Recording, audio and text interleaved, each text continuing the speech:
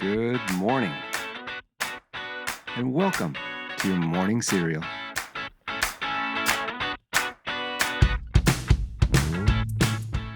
Okay, good morning, and welcome to Monday. Well, if you're watching this on YouTube, you've noticed that I'm back in 3/4 zips because Old Man Winter decided to have one last fling down here in Texas. Now, I know if you happen to live north of Texas, you're not feeling our pain because I get it. Winter routinely lasts well into the spring. I grew up in Colorado. I get it. But let me just tell you, we are so weak down here. We need that warm weather back, and we need it now. We're going to lose our stuff again, people. Okay, well, now that I got that out of my system, that aside, today is National Motherhood and Beauty Day. So we can and we definitely should celebrate our beautiful wives and our mothers. And we can do it with some beer and coffee cake. And that's not just a random pairing. No. It's like a game show, right? Let's tell them what they've won. Well, Bob, it's also National Beer and National Coffee Cake Day. Well, how can this Monday get any better? Well, how about a quote from the character John Nash, who said, quote, "Perhaps it is good to have a beautiful mind, but an even greater gift is to discover a beautiful heart," end quote. You know the movie? That's from the movie A Beautiful Mind. Okay, today's news, facts, and birthdays are for April 7th. There's not many of them, so don't blink or you might miss them. The first one here is back in 1963. That's when Jack Nicklaus, at the tender age of just 23, he won his first Masters tournament. Then skipping all the way up to 2016, and my wife will love this one, that's when the longest ever captured python was found in the Penang Island of Malaysia.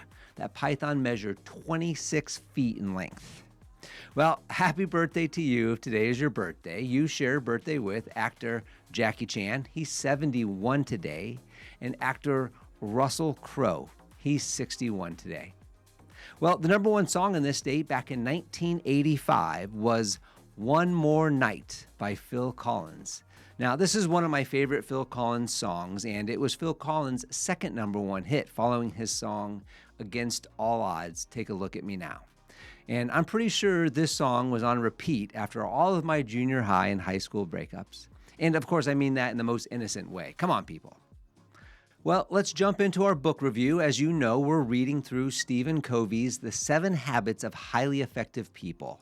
And in this first chapter, entitled Inside Out, yesterday, Covey discussed the differences between character traits, which focuses on character qualities like integrity, temperaments, patience, modesty, versus personality ethic, which Covey believes is persuasive in today's culture, and it teaches more superficial, quick type fixes. Now, remember, 2 days ago on Friday, we had talked about Covey and his wife and the relationship with their son, right? And he and his wife were concerned about their son's ability, or maybe his lack thereof, to be successful at school or on the athletic field. Well, Covey and his wife decided that instead of telling their son what to do, instead of looking at their son with the perception that he was failing, they obviously didn't say this, but that was the perception. That was the picture their actions and their words were painting to him and to themselves. Instead, Covey and his wife decided to focus their efforts on themselves. Quote, "Not on our techniques, but on our deepest motives and our perception of him," end quote. They also made an effort to see their son, quote, "in his own uniqueness," and saw within him layers and layers of potential that would be realized at his own pace and his own speed, end quote. So they made the decision to get out of their son's way, stopping trying to lead him, stopping comparing him, and stopping trying to judge him all the time, and instead to take on a role that affirmed him, that just simply enjoyed him and valued him so that he could develop his own internal sources of security. And at the same time, they also tried to sever the strings of their own self-worth that were dependent on what would be considered their son's socially acceptable successes. And Covey believes that this support and the belief that he and his wife provided their son helped lead him, their son, to their son's own feelings of, I'm, quote, fundamentally capable.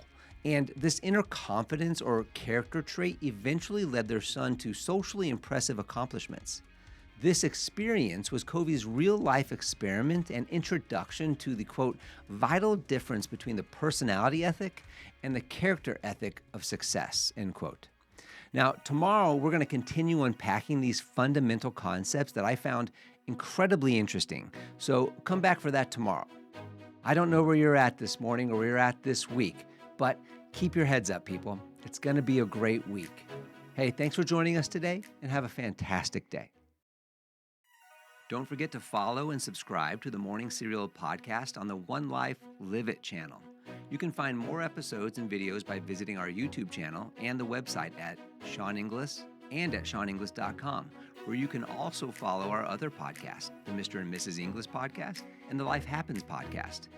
In these other podcasts, we'll dive deeper into everyday issues, self-improvement and well-being, business and finance, and we welcome special guests too. So join us. It'll be a good time, I promise. Thanks again for listening. Have a fantastic day, and we'll see you tomorrow.